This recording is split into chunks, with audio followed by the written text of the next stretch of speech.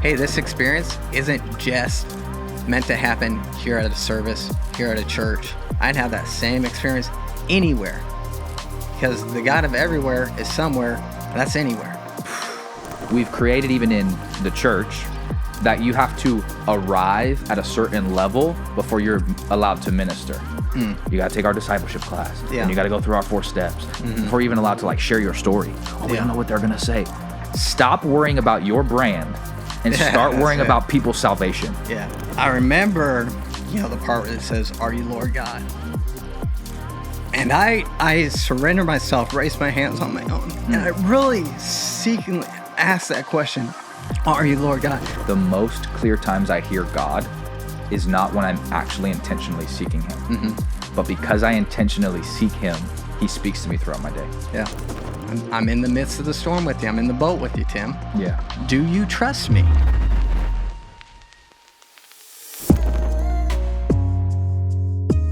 Hey, it's Josiah, and you're listening to the Come Up Here podcast, a place where we gain a better perspective through conversation and social commentary.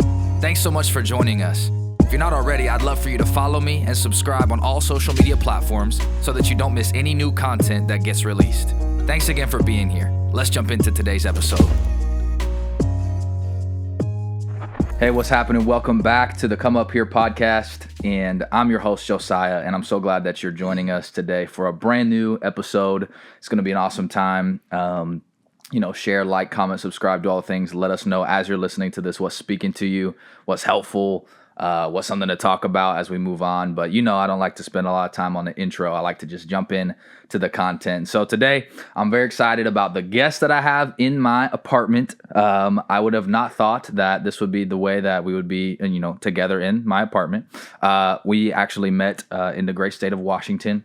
And we had another Washington guest, and so this one actually does now live in Virginia, and so I did not fly him across the country. He just drove here, and so, but this guy is an awesome man of God. He's a friend of mine, and we've become really close over only a year and a half of knowing each other. We'll get into it today, but without further ado, ladies and gentlemen, boys and girls, Tim Chakos. Hey, what's up? Tim Chakos. Bro, Tim. So excited to be here. Welcome to the crib. You said, "Come on up here." That's right. And let's hang out. So, I made the drive. So, geographically, you had to come. A couple hours south of you, and come on up. So let's go. Here we are. I'm excited to be here. Yeah, dude, you're back on the East Coast, and so this was way easier than if you were in Washington to make happen. So glad we're doing that. Why don't you tell everybody how we met, how we know each other, what that kind of story was for you? I mean, it's a pretty wild story when you think about it, because I was living out on the East Coast, before we ever met. Living an hour and a half away from each other at the time. And I moved back to Washington, my home state. Yeah. Worked at, a church with my best friend. And then you came along. And you're like, "Oh, yeah, you probably never heard of where I came from Pennsylvania, from Harrisburg." I'm like, "I know where that's at. Yeah. I was down near Winchester, right up 81. So, we just kind of clicked. And, in that short year and a half of you guys being out there, we became close, had a lot of common interests, obviously, our love for God, love for people, love for ministry, soccer. Come on now.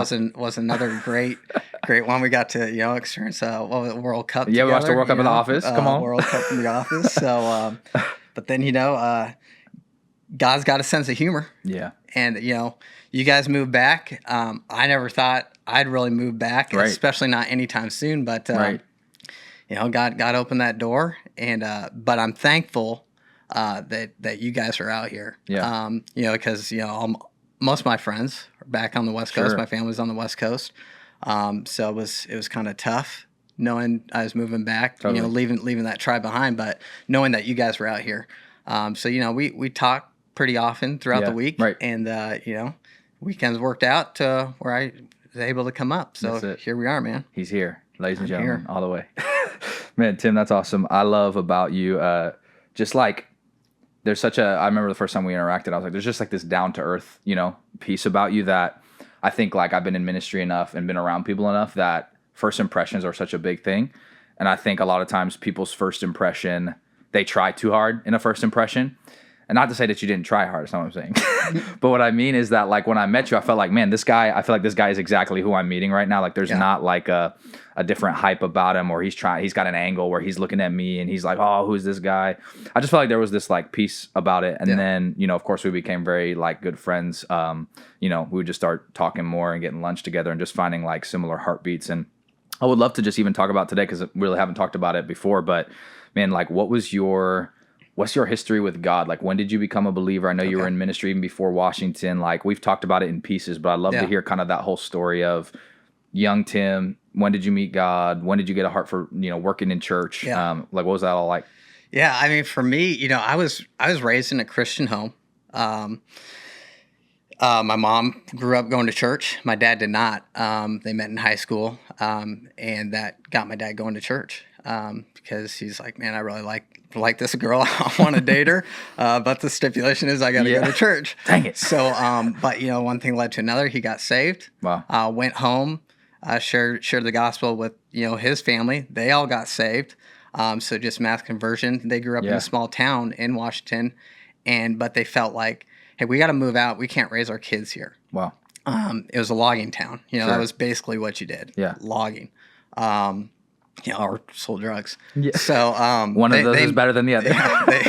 They moved out to Seattle at a very young age after my dad graduated high school. They got married during my dad's senior year of high school. Crazy. To this day, still married. Come on now. Going on, what was it? It's 45 years. Awesome. Praise God. So, you know, I grew up going to church. Right. But that doesn't mean that I was saved. Okay, now. You know, I believed in God, Sure. but I didn't know God. To me, church was very boring. I didn't like going. So I luckily, for me, I shouldn't say luckily, but I had an escape of soccer. Loved soccer. Soccer was my jam. It's what I thought I was going to do. I'm like, man, I was born for this. I was just a natural. Excelled at it very quickly, you know, playing in the ODP, playing on, you know, top premier teams, you know, getting scouted for colleges and playing on a top high school team. And, you know, so I thought that was my path. And so that got me out from going to church. You know, practices every single weekday, games on Sunday. I'm like, yes. Yeah. Please, only games on Sunday. You know, and we went to churches I wasn't the biggest fan of either. They're on the smaller side. Sure. Music wasn't good. Preaching was more. It just, you know, it wasn't geared towards me. Yeah. And what I needed, it was just very boring. Yeah. So, you know, that led me with finding any excuse. I got a game, got practice. Even if I didn't have a game and I could have gone, if we had a bye week, I'm like, I got to go train. You know, got to stay in. Yeah. I always came up with something. And it was when I was 17, my parents finally, they stepped out, went to a bigger church. And I had some friends from high school that went there, so I'm like, let me go check it out. Right. I'll go hang out with them. They had a new youth pastor coming in, really cool guy, and we connected. You know, he did his job as a youth pastor of focusing on relationships, and he built a relationship with me. I'm like, you know what, this guy's really cool. You know, I'd go over, hang out with him and his wife, play video games. You know, go out to eat. He was invested. That's awesome. In me. And so I really appreciated that, to where I'll never forget it. It was March 20th, a week after I turned 18 of 2002. And our coach, for whatever reason, which was, I mean, this was God's hand at work in the situation, is my coach never ended practices early. Never. For whatever reason, this Wednesday night, we're practicing out on the field right across the street from the church where we normally practice. And, you know, they had midweek services at the church, and my coach ended practice early. And so I'm like, well, I know my parents were at church. I got some friends for youth group. I'll go over there. You know, they had a meal before. So I'm like, let's go hang out, have some food, hang out with my friends. Yeah. They had a guest speaker from Mexico come up. And shout out Mexico. Shout out Mexico. And do everything I can not to cry. Yeah, come on. But, you know, I go to the service. Yeah, I don't remember what the guy preached on, but I'll never forget at the end where he had one of those open altar calls. Everybody come. And I hated that stuff. You know, I hate it when they're like, everybody clap, raise your hands. I'm like, don't tell me what to do. I'll worship God how I want to worship. This is my thing. You know, it's meaningful. It's not meaningful if you tell me I have to raise my hands, have to clap. Wow. I want to do it on my own. Right. And so now they're like, come up to the altar. I'm like, shoot, man. Everybody, I'm like, way to pick a Wednesday to go, Tim. Yeah. Because for me, I just like, even though, you know, there's like 100 kids there, I just felt like all eyes were on me. I always felt like people were watching me, which wasn't the case. Nobody cared about me like that. Right. And so he has his altar call. You know, they're singing that song like that, Agnes Die, Agnes, however you say it. Yeah, you know? Day, Die. I never know. I say it differently every time. Everybody says something different. And holy, that's all I know. But I remember, you know, the part where it says, "Are you Lord God?" And I surrender myself, raise my hands on my own, and I really seekingly ask that question, "Are you Lord God?" And as we're seeing that part, as I'm asking him, the pastor just walking through line by line, laying his hands, praying in Spanish. But I get laid out. Wow. Holy Spirit just boom, slain in the Spirit, fall out. I think I was down for like 45 minutes to an hour. Felt like 5 minutes. Yeah, right. Started speaking in tongues. Wow. And so like from that, literally 180-degree transformation in my life. You know, I was cussing like a sailor. I was drinking, out partying, you know, just living the whole nine, the teenage life. Right. Doing stuff I probably would have ended up in jail for. Right. Wow. And, you know, literally from that moment on, you know, I remember going home that night and just writing, and I still have everything I wrote down from the experience of that night. And, you know, just God moved in a powerful way. And what was cool, and we kind of were spitting stuff off yesterday about just instant transformations.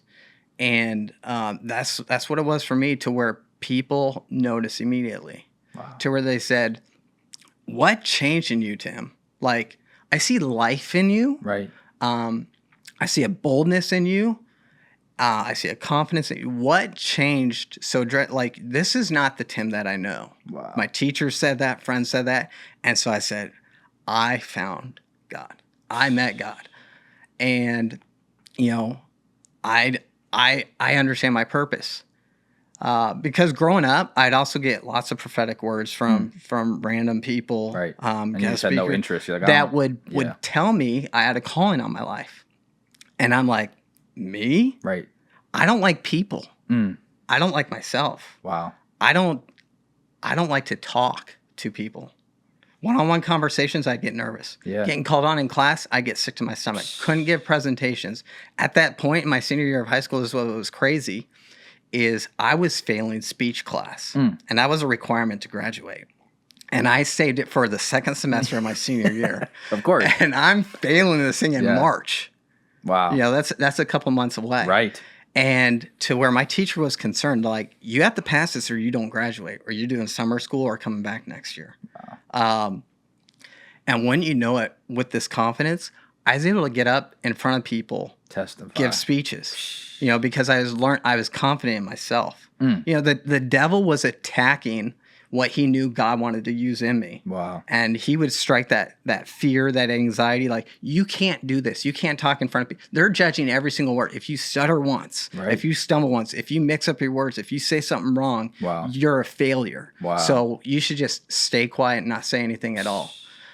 So everything shifted. Everything changed. Yeah. I brought my grade up. And what was cool was my teacher asked me, once again, what changed? How all of a sudden, where did this come from? Where's Tim? And what'd you do with him? I got to, for speech class, I shared my testimony. That's powerful. You know, to where people, I got to, good luck doing that today. Yeah. Unfortunately. Get shot, probably. Get suspended. Yeah. You can't say that. You can't do that. So, you know, that's been my walk. And, you know, then I had pastors come around me that really took me under their wings, you know, got me set up with, you know, Bible colleges, like, hey, let's help you, you know.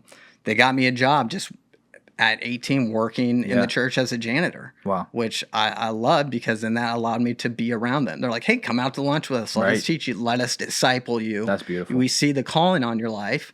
We're going to invest in you and not ask anything from you. You know, we've talked about that too. Yeah. So that's, you know, that opened doors. of landing my first actual full-time youth pastor job at the age of 20. Praise God. Not even done with Bible college yet, but they saw something. They're like, hey, we'll guide you through this. We'll help you. Let's get you in here, and that opened up so many doors for relationships and meeting people and, to where I am today. That's it. Man, I love, thanks for sharing that, because I think there's such a vulnerability and an openness to, I try to tell people this all the time. You can't explain God, but you can just tell people your experience with God, And I think it takes one moment to change your life. Like we've talked about that instant thing. It takes one moment to change your life, but then it's a million moments to transform it, And so God can set you free in a moment, and then it's been day by day you stewarding that to walk that out. And I think it's really cool because I've shared this in different capacities and different, avenues, but it's even funny to listen, like how we've talked about similarities. That's so similar even to my story, because soccer was my God. Soccer was everything. I grew up son of missionary parents in the church. I'm at church all the time, and I'm like, no, I'm going pro. I'm playing soccer. I don't know what you want from me. God gave me this gift, for a reason, and I'm not going to spoil it. And I look on my life, and when I graduated high school, I had taken an offer at a Division II school here at Bloomsburg University. I went, and in the first 10 days of training camp, the coach who wasn't there to recruit me, the assistant coach had recruited me. He had left by the time I got on the team. Mm-hmm. And when I'm there, the head coach, after the first week of training camp, literally brings me into his office because he had one-on-ones. And they brought in an extra, I think, 10 people. So they were going to have to get rid of 10 people. Yeah. And I'm sitting in there and I'm listening to him. And he's like, hey, I just have to let you know, like, you're one of the best technical players we have. You're really skilled on the ball. You're just a great player. He said, but the reality is you're too short. I'll never play you. He said, so there's not a spot on this team for you. Wow. I've already moved in. I'm going to school. And I'm only going to the school. I couldn't care less about Bloomsburg University. I'm going for soccer. Why? Because soccer was my God. So I get cut there. I come home. I'm not taking a year off. And I'm like trying to figure myself out. I was already working at McDonald's. So now I'm a manager. I'm working full time as a manager at McDonald's. And I'm like, okay, cool. I'm going to take a year off. Start trying to get re-recruited. I go to Penn State Harrisburg. I play, have a great freshman experience. By the end of the season, I had taken over a senior spot. By the time we hit playoffs, I'm like playing well. I'm loving it. Heading into my sophomore year, I'm realizing that I still need to think about school. And the Harrisburg Penn State campus didn't have, a communications degree 4 years. And so I was going to have to transfer either to University Park, the main campus, or another one. But I wanted to play. Yeah. And I'm not going to transfer in and walk onto the D1 school. I just knew that. And so I'm like, okay, let's look at other campuses. Found the campus in Erie, Pennsylvania. They had a digital media program. So I reached out to the coach, say, hey, if I transfer next year, would I have a spot on the team, all this kind of stuff. By the end of my freshman year, we actually played them in a playoff game, which was crazy. So I went up there, saw the campus, saw that. I was like, this would be a cool spot to be.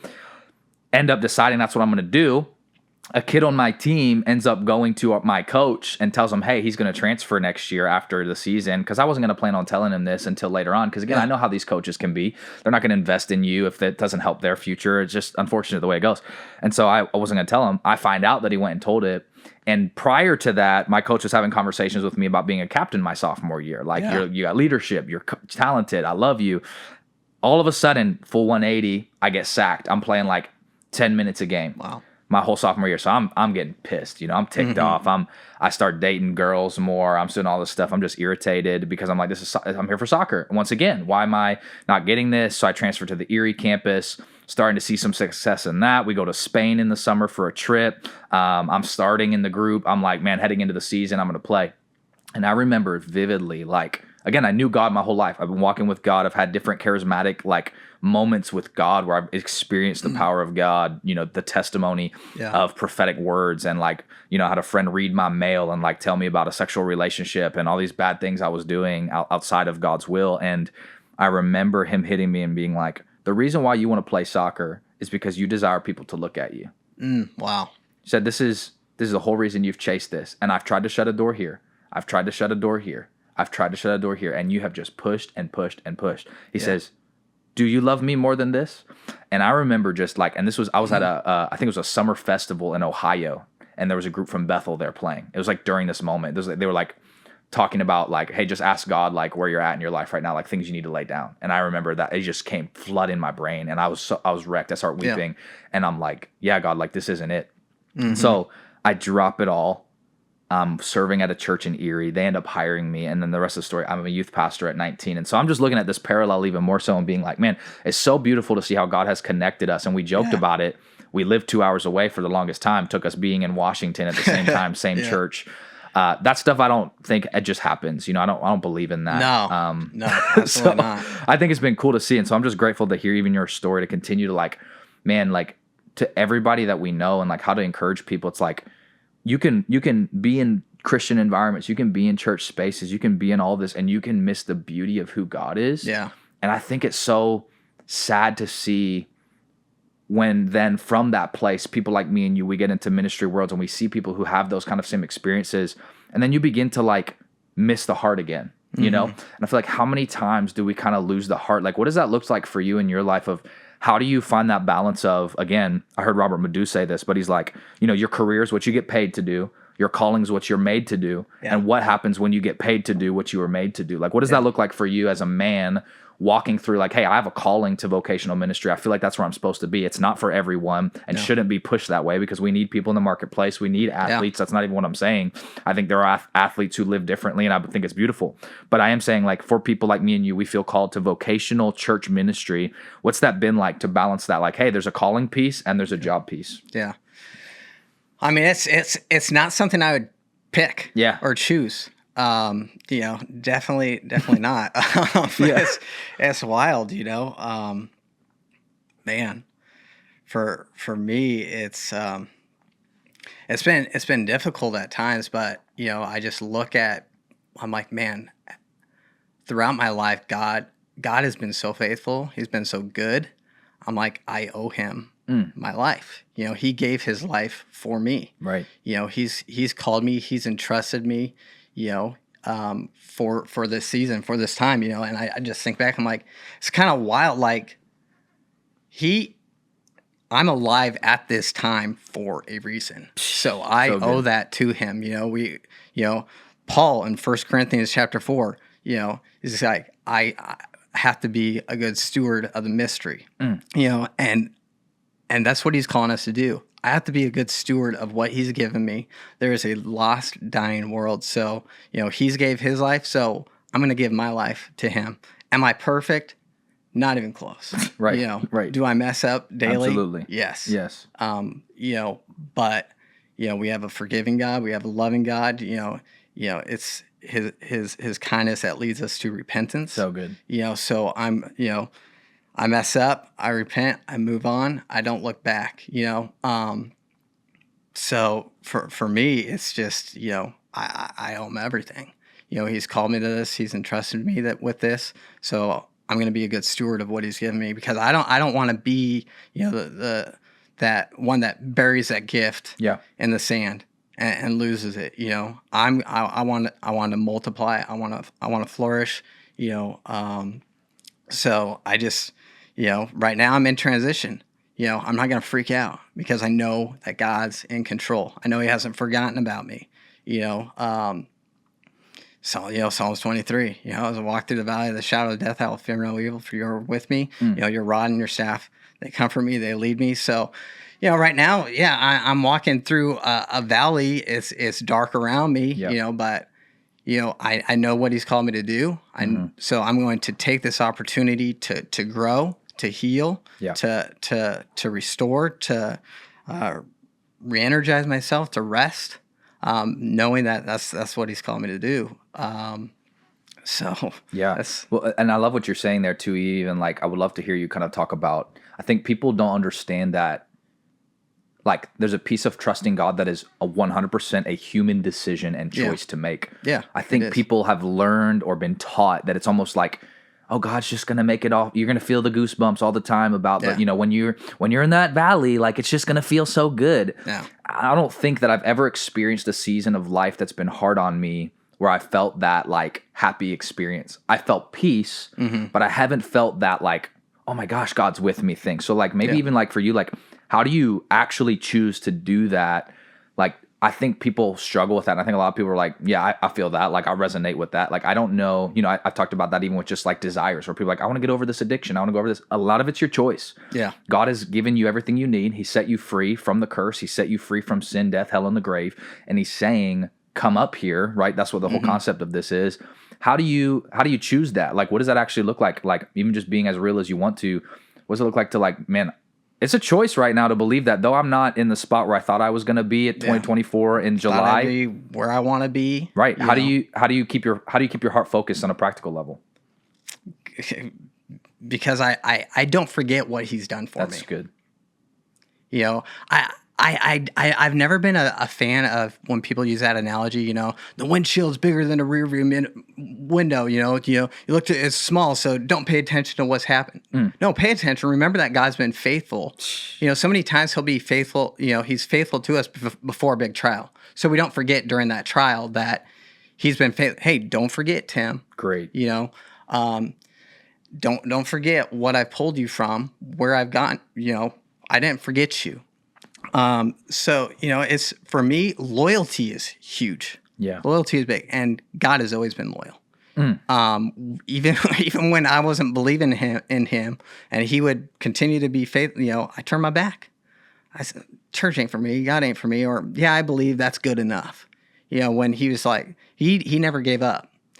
You know, and so I'm loyal to him. He's been loyal to me. You know, it's in the fullness of time, God sent his son to die for me and you because he did not want to be separated from us. You know, and so I owe him that. You know, it's whenever I've tried to do it on my own, I'm miserable. Yeah. You know, but I know he's always present. He's always with me. So for me, you know, I don't have any other choice, you know, because I don't want to be separated from eliminate the other choices. The thought of going to hell, I mean, hell's real. Right. It's a real thing. It's a real place. And when you get there, you ain't leaving. Right. I don't want that. Right. You know, I want to spend eternity with him. You know, I want to be worshiping him, be at his feet. And not because I'm afraid of him, but because he's good to me. Yeah. I think that's where a lot of people, especially in our generation today, you see that where it's like this, God's angry at me, or he's some egotistical maniac, or he needs me to. It's like, well, if that's your perspective of the Father, you have not experienced my Father. Yeah. Because my Father is good. He is kind. He is gentle. I hate hearing the language where we're like, the wrath of God, the judgment. I'm like, homie, that happened at the cross. That's what that was for. And so, yes, God is just. Yes, God is righteous. But I feel like in our day today, people, I try to do this, and I want to be real as I can here. But I look at like people who struggle in the homosexuality world and all of this agenda space that we're in today. And the reality is people think they're going to, and when I say people, I'm saying like Christians who value truth, think they're going to argue someone into a relationship with Jesus. They think they're going to argue them, and if they logically make enough sense, then all of a sudden that person's going to be like, oh, you're right. I'm wrong. That is not A, how God has ever worked, and B, you have the wrong motive. Because if your motive is to try to reach them so you can pat yourself on the back for some like cookie that you think, oh, you've led them to Jesus, you've missed it. The reason why we witness to people, the reason why we want to see people change is because we care about those people. And I think people have forgotten today that we're in a spiritual battle. They think it's practical. They think it's right versus left. They think it's, you know, all these different arguments, vaccinated, unvaccinated, pick your poison. That's how you know it's evil. But I think like we are in a fight against spirits that want to kill and destroy. And I love Todd White because he'll do this evangelism stuff where he'll literally talk to people. I just saw this video, it messed me up. He's just talking to a clerk at a hotel, and he just is like, gets this prophetic word knowledge for her, and he goes up to her and says, hey, like, I think you're really going through some tough times right now. And, you know, I think that you just need to know that God's with you and he's never left you. And she's like, she starts being visibly shaken, and he goes, you grew up a Christian, right? And she's like, yeah. He's like, and you walked away because you thought God did things to you. And she said, yeah. He said, he never did it. There's a thief that comes to steal, kill, and destroy. His name's the devil. And I think we haven't created this peace where if I actually care about these people who I know are living in sin or are far from God, my heart is not that I want to convince you out of hell.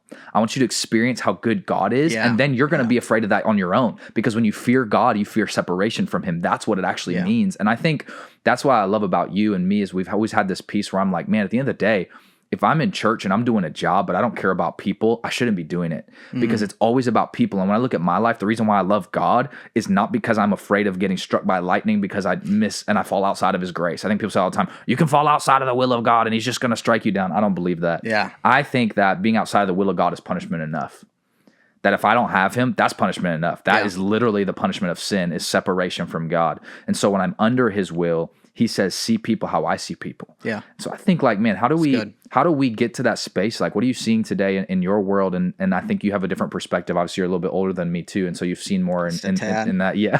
Let's just tag that on there. Tim is also single, by the way. So if there are any women who love Jesus and are looking to get married, Tim's a guy, but he's also 40. So just putting that out there. Too young is a thing. But anyway, I digress. What are you seeing in that world as well? Like, I think it takes 5 minutes to look around the world and see how angry I think Christians are. And I don't think that's God's heart. I would say that those people would be even like modern day zealots, right? You look and understand Simon the Zealot, who Jesus calls one of his disciples. What the zealots were they were religious activists. They wanted to kill in the name of Christ. Same as the Crusades. I mean, there's just a lot that we can talk about this stuff, and people have their own opinion. My opinion is God's not for killing. So that's what I see from my Savior. But anyway, how do you think we combat that today? How do you think what does that conversation look like? Do we actually want people far from God to meet Jesus, or is it because it's us versus them? Like, what are you seeing in that light? I mean, unfortunately, with social media today, I think it's a us versus them thing. We got a lot of, there's keyboard warriors on both sides. And I'm just like, why are you saying that's not helping the situation? Right. We've really lost track of getting out and just loving on people. Being Christ's hands and feet. Just going out and loving people like Christ loved them. Instead we want to force, this fear tactic. I'm right, you're wrong. I'm smart, you're dumb. I'm perfect, you're not. We're all sin, fallen short of the glory of God. Yes, it. We've lost sight of that. They're like, I'm going to church, you're not. So right. I'm smart, you're not. Get over here. Don't be dumb. When you can minister to people without even saying Jesus, but just being Jesus. And we ain't doing that. And you can also minister a negative persona of Jesus by saying Jesus and then not being Jesus. Yeah. Exactly. So, it's just, we need the church to be the church. But right now the church is, hey, let's just have a party on Sunday and then we'll see you next week. Nothing going on in between. Or they might have stuff going on in the week, but it's literally still in the church. It's a clique. They don't leave the church. And they're like, hey, you need to come to us. We're not going to go out to you. We've lost track. No, we need to go to them. Go out into all the world. Hello, that's the red letters. Yeah, go out. Go out. Not, hey, stay there, throw out some billboards, mail out some mailers, and hope that they come to you. That's it. You're only going to attract other Christians with that. Which isn't the end result. Right. So it's get out there, minister, be Christ's feet, be Christ's hands, extended, and go out into the world. Mm-hmm. And just love on people. And you'll be amazed on then people will come in. Right. They'll be like, you know what? Let me go check that out because my neighbor has been a real, there's something different about him. Yeah. Same thing with me. People realized there was something different about me. That's right. Because I was just, and then I got to tell them and they're like, that changed a lot of people's lives. So good. Even my soccer team, public school, where they got to the point during the soccer season, my senior year, they're like, hey, Tim, will you say a quick prayer? Even guys that didn't believe, but they saw that there was something different. So, and I wasn't like, Jesus. Right. You're real. I was just real. And they saw a difference in my life. Now live your life a way that people ask questions. Yeah. So, that's what we got to do. Yeah. Not, you're going to hell for being a homosexual. Right. That's not helping them. Right. you know? Right. And it's not your call to make anyway, by the way. Like, yes, of course, we know that homosexuality is a sin. Yeah. We know that a lot of things are sin. But that doesn't mean I'm going to hell. Yeah. No, because it's not about that. It's about your standing in relationship. And I love that you said that. All means all, bro. All have sinned. All fall short. Meaning, even me who's walked with Jesus for 10 years, 15 years, whatever it is, right? Like, I get irritated because I also think like, and maybe we'll kind of like shift this right here because I just want to talk about this, but we've created even in the church, in ministry, that you have to arrive at a certain level before you're allowed to minister. Where it's almost like, oh, we can't let you pray for people because you're still like, you're fresh and you're still learning things and you're still doing all this. I don't see that from Jesus. No. I see Jesus taking the most ragtag, jacked up, messed up people and saying, here's life. Now you do the same. Yeah. And I think we've created this whole, you got to take our discipleship class. Yeah. Then you got to go through our 4 steps. Then you got to go through all this. Then you got to sign this piece of paper that says you're never going to do any of these things before you're even allowed to lay hands on somebody, before you're even allowed to like share your story. Oh, we don't know what they're going to say. Stop worrying about your brand and start worrying about people's salvation. Yeah. You know, so, and honestly, like those people, like those are sometimes the ones you want praying for people. That's what I'm saying. You know, because their faith's just out the roof. They're like, they got words of knowledge out their butt, bro. You know, they're reading people's mail that you didn't even know you could read. You know, I mean, do you have to be careful? Disciple them, absolutely. Yeah, you can still have them pray for people. Maybe have somebody be there with them. You know, teach them, disciple them. You know.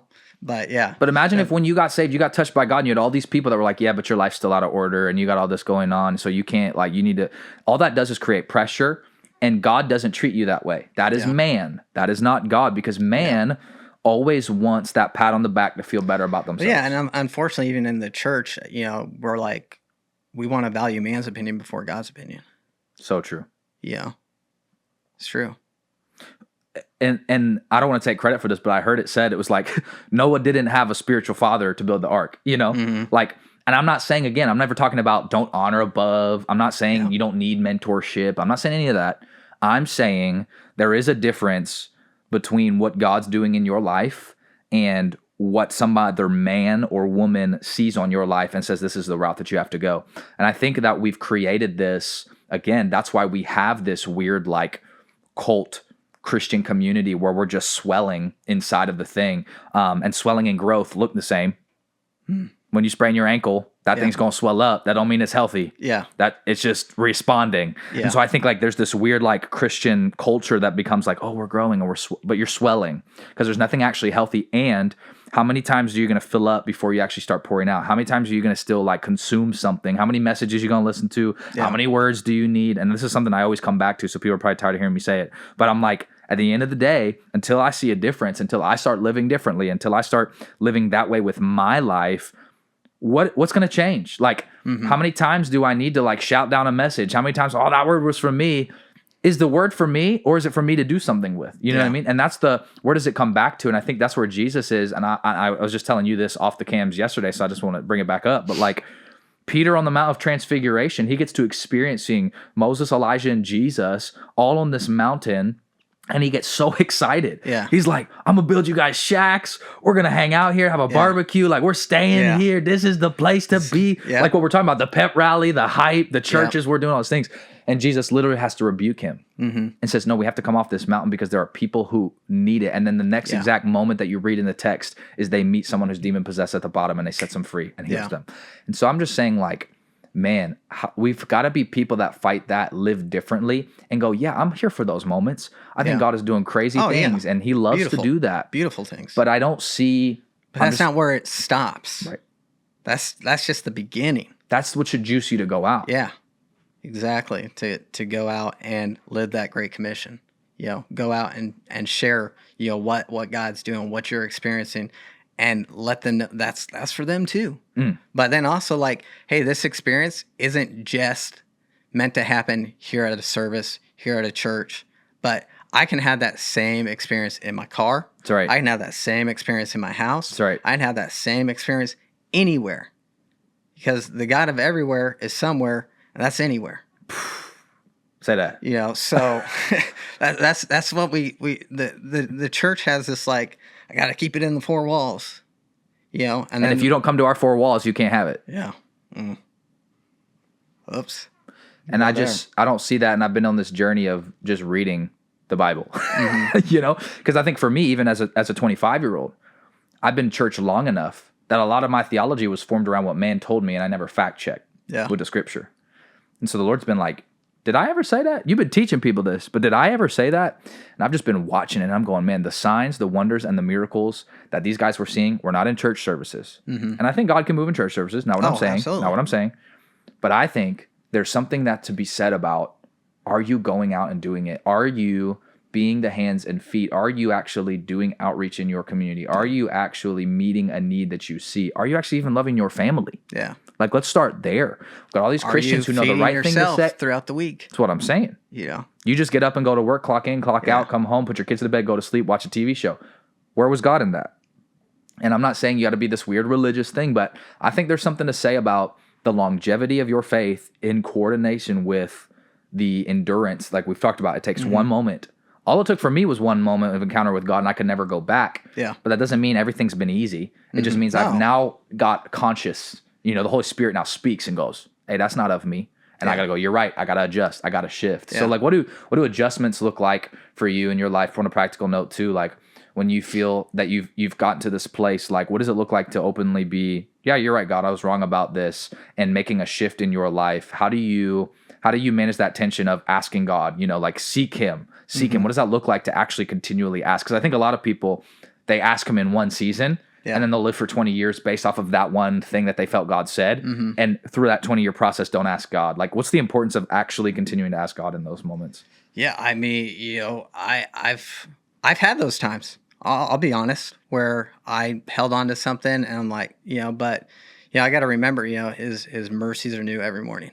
You know, God's got something for me every single day. So good. You know, so I've had to self-discipline and say, you know what, I have to make sure that I'm making time for me and God. You know, I shifted my whole schedule with moving out here. You know, I could have come out here and just hunkered down, locked myself in my house. Woe is me. I got no more friends out here. You know, the closest ones live a couple hours away. Yeah. You know, I'm single. I got no friend, you know, but I'm like, you know, that's what the enemy wants. He wants to shut me up quiet. I'm like, but you know, God opened a door for me to come back. And so I'm going to take this season and, you know, refocus, you know, so every day, you know, I'm like, I got to focus on my health, my physical health, my mental health, you know, my spiritual health. So, you know, I, you know, go out on runs daily, you know, and that's when God's speaking to me, you know, whether it be, you know, when I'm listening to music, just being alone, being quiet, but really, you know, you got to be self-disciplined and finding those times to have daily encounters with God. I feel like, I'll let you continue this, but I just want to stop it right there. I feel like the most clear times I hear God is not when I'm actually intentionally seeking him, but because I intentionally seek him, he speaks to me throughout my day. Yeah. Yeah, that's good. Yeah. There's times like I'll be like, all right, let's go read the Bible. I'm like, all right, God, what do you got? Nothing. Right. But then I'll be out on a walk, and then all of a sudden it's just like download. And then I'm like, or I'll be on a run. I'm like, man, I need to write that down. How can I write this? Can't stop. Hey, Siri. Gotta keep my pace. Gotta keep my time. You know. So funny. Yeah, he's got, you know, and he'll speak to everybody differently. For me, like a lot of those just quiet me alone times, honestly, like I don't hear anything.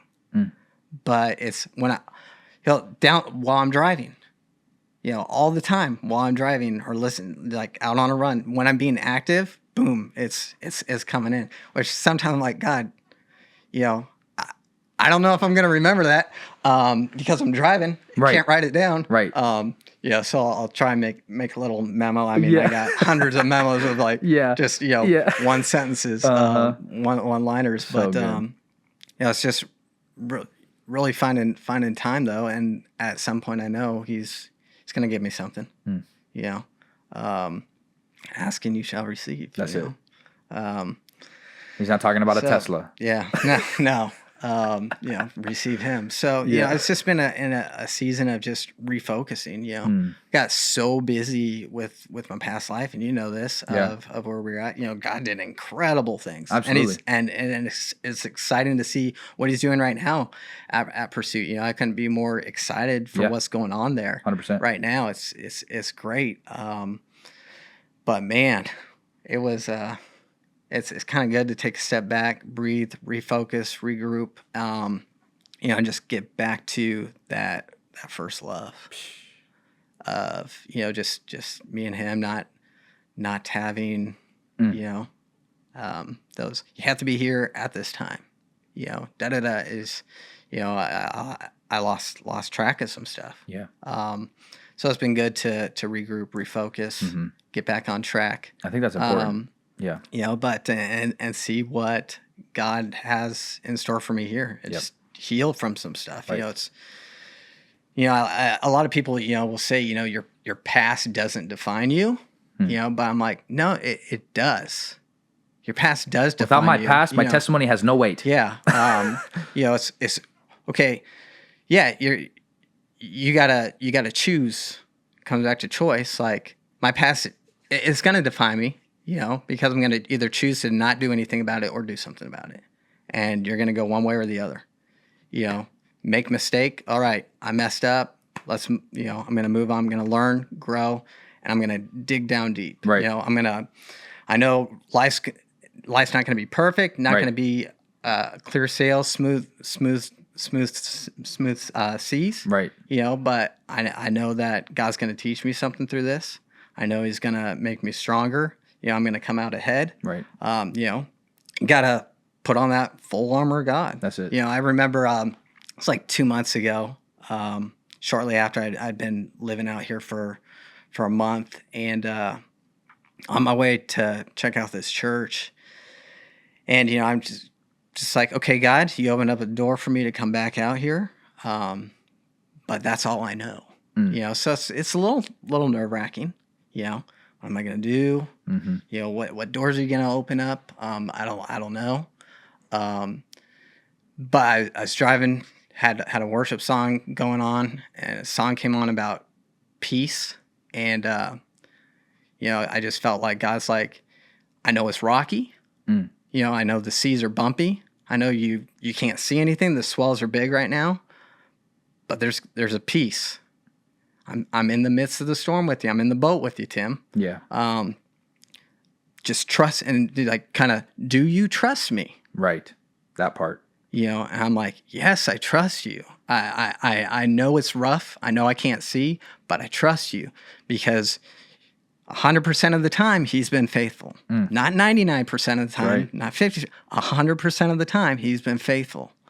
And so when I look back at those times where I didn't understand, I didn't know what was happening, but end result, he was faithful. That's right. He took care of everything. And, so then I get to church and they're preaching on they're doing a series on the armor of God. What piece were they on that week? The shoes of peace. Right. And, putting on, their sandals back then, they were equipped. They're almost like cleats. Right. They had like metal studs in them. It offered traction and stability, for those rough times, for that rough terrain. So I'm like, okay, God, clearly you're saying like, right. This is a word. Yeah. Dig in, put on those shoes of peace, know that I'm with you. It's a battle. Right. It's rough. Right. But we will be victorious because I'm victorious 100% of the time. So good. So that's what my mindset is. Right. No matter what I'm going through, no matter how difficult my life might be and might not make sense at that point in time, I know that the end result is he already paid the price on the cross. That's it. The victory is already his. So why not trust him? Yeah. Yep.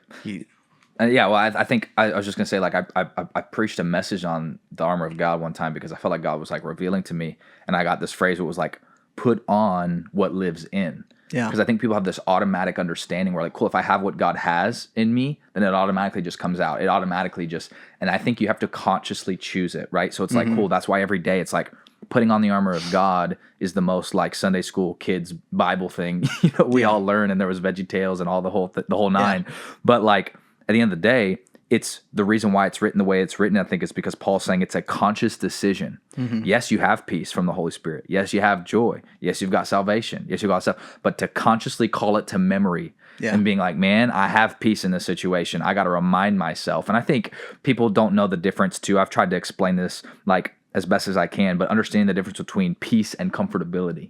And so I think you can be in uncomfortability, stuff that doesn't feel good, but have peace. Oh, yeah. And I think vice versa. You can feel naturally comfortable, but sometimes still not have peace. You got that like check in your spirit where like, this doesn't feel right. Something's off about this. Is almost too easy. And so there's that balance where, again, unless you're actually asking God about that and making that choice, do you trust me? Right? I think that's where we feel like sometimes where we feel like absence from God means he's not actually present. Like if we can't hear him or if it's not obvious, and it's like, no, he's actually working overtime to set things up, and he's already gone before. And so I even, like you were telling me yesterday, even with like God provided a place, an apartment you were in before you were back here. Yeah, that was wild. Just tell that story real quick. Yeah, I mean, I was coming back every 5-6 weeks, right? Because your daughter, because my daughter's out here, and so that was when God called me back to Washington, I was just kind of like, man, you got to take care. I mean, here's a beautiful thing. If he's going to call you to do something, he's going to take care of all the details. That's it. And I was like, okay, God, you're calling me back there. But first and foremost, though, yeah, you call me to ministry, but you've also called me to be a father. That's right. And I'm not going to put my ministry above my child. Come on now. Never. He took care of those details. The church was great out there with like, hey, yeah, do what you got to do. Travel back as often as you can. As we work out a schedule, so you can be there during the school year. She came out, stay with me for the summer. Yep. She has some very impactful times out in the summer, experiencing what God was doing out there. And so I would stay at this guy's house. I was renting his apartment from him. Yeah. And then when he found out that I was moving back to Washington, he said, hey, well, whenever you're coming back, just let me know, pick up the phone, text me, call me, you come stay down there for free. So awesome. So I was just like, man, that's amazing. And then, he started renting it out, but still has some more space that I could use while I was out visiting. And then this most recent trip, I was out there in March, and decided to move back here. And I called him up after my trip. It's like, hey, that apartment's still available? He's like, yeah, it's been really crazy because I've never had a problem renting it out. Because it's a really nice place, really affordable, a lot of privacy, just beautiful views of looking over a valley. And he's like, do you know somebody? Because it's been vacant for like 3 months and I haven't been able to. And, I'm like, yeah, I know somebody. I know a guy. I know a guy. He's like, oh, who is it? I said, me. I mean, I thought I could like hear his jaw hit the ground. Wow. Because he's just like, what? You're moving back? He's like, man, that's great. Yeah, it's yours. To where, it's like you never negotiate against yourself, right? But he did. He's like, "Hey, listen, I charge $12.50, but I want to lower it for you." So he's like, "What do you think's fair?" I'm like, So we came up with a number, right? And I'm like, "Does this sound fair? I don't want to insult you or anything." I was like, "No, that's actually what I was thinking." So God just opened up that door. So beautiful. So and it was a lot of fun because I kept it. I didn't tell my daughter. And so I moved back, had a buddy drive out with me, and I moved back. He flew back out to Seattle, and I let her mom know. Sure. Obviously. And so we set some up. I was like, hey, why don't you bring her over to the house, tell her that I forgot something on the last visit. You got to pick it up and mail it back to me. So they walk in the front door, and I got my cat, my dog. Yeah. So Aria walks in, and she sees the cat. She goes, "Oh, kitty! Oh, that kind of looks like my cat, Evie." And then I was hiding out in the back. Yeah. let the dog out. And then she goes, Huntley, what are you doing here? And I set up my phone in the corner to record it all. And then I walked out. She goes, oh my gosh, you're here. You're here for a visit. You know, you brought the pets with you. I was like, well, actually I moved back. And like, you know, she's like, doing everything she can as a preteen girl to not cry. To be cool. Yeah. To be cool. You know, I got my friends are watching. I got something in my eye. Wow, you know, it just got dusty in here. That's literally what she said. I got something in my eye. And so, you know, wow. It was, you know, it was thrilling. So, you know, it's good to be back, you know. But God goes before. That's kind of why I'm saying, like, when you trust him, that's that trust piece. Like, in the moment, you wouldn't have known. You're thinking about, cool, my job's now changing. I'm moving back across the country. I don't know exactly what's going to work out. Yeah. The economy sucks right now, you know. But God, because you trust him, always takes care of his people. And people twist that into this prosperity concept. But there's a difference between having prosperity and lacking. There's a difference. Like for me, I never want to preach prosperity because I don't see that from Jesus in the sense of you're always going to have nice stuff. You're going to have the nicest house and God's going to give you the job. I don't preach that. What I do preach is that I've never lacked anything because my life, I can testify, I've never lacked. I've always been able to eat. I've always been able, see what I mean? And so, and there's going to be seasons where it's different hearts. Not everybody's, you know, story, but the faithfulness of God is applicable to each person. And you look at that. And so that's just so beautiful. And you shared that with me too. I just am reminded because even with other people in my life right now, ourselves with transition, even getting our apartment that we're in now, it's like, man, God doesn't call you somewhere and take you somewhere without eventually going to take care of it. I think people want that to make sense before they step, but he's like, if you step, I'm going to show you all the stuff that I've already prepared for you. And it might not be the bougiest, it might not be the best of what you think, but it will be enough. It will be the thing that you need to keep you going because again, I don't want God to ever give me so much stuff that my humility disappears. Because I want that dependency upon him. I want to know him, and I'm not in it for the stuff. And if I have the stuff, then I don't trust him. And so maybe kind of as we wrap up here, this has been so good and so helpful. I want to ask this question. I've been trying to start asking this question on the pod, but again, I call it come up here because God gave me this prophetic word about shifting perspective, seeing it differently. What's something in your life right now that your perspective is being challenged in? What are you internally trying to figure out of on a personal level? What do you need to look at differently? What maybe have you like slipped into thinking wrongly about? How is God showing you, like, what's something right now you feel like you need to come up higher, get a better perspective on? Yeah, I mean, that's honestly, not to make it about me, but like being confident in my giftings and callings. You know, I would look and, you know, people would be like, hey, why don't you do that? And I would just sometimes just be like, nah, I'm good where I'm at here, you know. You know, or so-and-so is better at it than me even, you know, or, you know, yeah, I could do it. It might be good, but it ain't going to be great because look what we got, you know? So I think that's been the season of just trusting God, becoming more confident in my giftings, discovering my giftings. So good. You know, developing those giftings, and just, you know that, you know, he's got a plan. Yeah, I might not be the best communicator in the world, but you know what? I'm going to be able to reach people that other people can't. You know, he's got a specific plan, purpose, you know, for such a time as this. You know, he's put me in this region. He's put me in this time period for a reason. So I'm going to trust him with that. You know, even before I left, like a week before I left out there was wild. You know, you had Josh here. A few weeks back. Yeah, love that guy. Shout out to Josh. Shout out Josh Angulo. And what was crazy, while I was still in Virginia before I came back, he didn't know what was going on. He texted me. He's just like, hey, he like texted me on a Sunday morning, are you back in town? I really need to speak with you. And I was just like, nah, I get back on Wednesday. Why, what's up? He goes, I'll tell you when you get back. And then we connected when I got back. He's just like, you know, I wanted to tell you, I just felt like there is a season of transition coming up for you. And I just wanted to tell you that God's not done with you.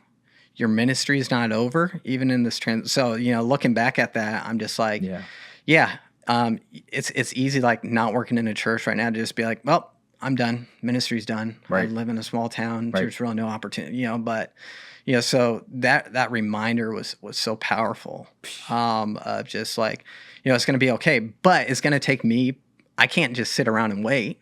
I got to put stuff into action. So, you know, just working on taking the initiative, strengthening my relationship with God on the daily, stepping out, getting back into writing, getting back into studying differently, creating content, you know, doing stuff like this. I would have never imagined doing a podcast. So cool. Or even creating some graphics. I mean, they're the best things in the world. Hey, come on now. It's just, hey, I told you they looked good. Doing stuff like that. I mean, what do I know though? I don't know anything about design or video. You're gonna say that, but just taking that season of getting up higher, going up, having those mountaintop moments with God, going up higher with God, and strengthening my relationship for the season ahead. There's nothing more than the enemy desires for us to just be complacent, just not do anything. So, hey, bring on the challenges, because I know I'm going to be victorious in it all, and I'm going to come out better. That's it. Some people weren't supportive or happy that I was moving them. Like, you're crazy. Why are you leaving? Why are you? What are you gonna do? You're not gonna do anything. But just like, you know what? I'm not gonna be in ministry right away, but I'm going to come out ahead. I'm gonna come out stronger. I'm gonna come out better, and continue to live out my God-given purpose. Wow, that's so good. And I think to sum it in this way, I don't even think if I've ever said this before or thought about it, but as I'm thinking about even the language that you're using, if you're looking down, it's always a valley. But if you're looking up, it's a mountain. Yeah. So there's always somewhere to go if you look to God, if you look to what he's saying about your life. And I think, man, that's where I want to encourage you too. I appreciate you coming on and being very honest, because I think in your season space right now, again, I just came out of my transition prior to this. We're believing God for church planting, this whole, the whole nine in the next couple of years. And I think that it's so easy to get discouraged in the transition. Mm-hmm. And I think in transition, it's a setup that God wants to use, but the enemy wants nothing more than to distract and be like, hey, you forgot why you're transitioning, or you forget, and in that delay, we can almost be disobedient. And I think, like for you, man, I think that there is so much in your life. I think that, again, 40 it's not downhill from here. I think it's just, you're still going up. Yeah, man, 40 is a new 30. Come on now. It's the new 20. It's double 20. Yeah, might be too young. But again, no, I just want to encourage you and say, man, I love your heart, and me and Michaela love you. Our baby will love you, and our dog loves you. Come on, even though she plays hard to get. You know? But I appreciate you coming to spend time with us. Thanks for having me, man. Yeah, and I was excited. I was looking forward to this. It's been good. It's time to connect. I mean, we were able to connect, when I come out for visits and stuff for quick time, which was great. But it's good to come out, hang out, excited to go to church with you. Come on now. Check that out. Do all the fun things. So do all the fun things. Love you, bro, and glad you made it. So, and thanks you guys so much for watching. This has been a great conversation where I feel like just, again, talking about our calling, talking about how being obedient to God and what he's placing on our life. And so I just want to encourage you, wherever you're at, man, God's called you to ministry. God's called you to make a difference. That's what we're here for. Come on. He hasn't taken you home yet. And so if you're watching this, it's because there's a purpose. And so we just want to encourage you. We hope this has blessed you. Share something. Let us know what you thought about the conversation, something that stuck out to you. But we love you. I'm going to encourage you, as always, come up higher, think differently, look differently, ask God what he says about it. And until next time, when we come up here, I'm Josiah, and this has been the Come Up Here podcast. I love you. Peace.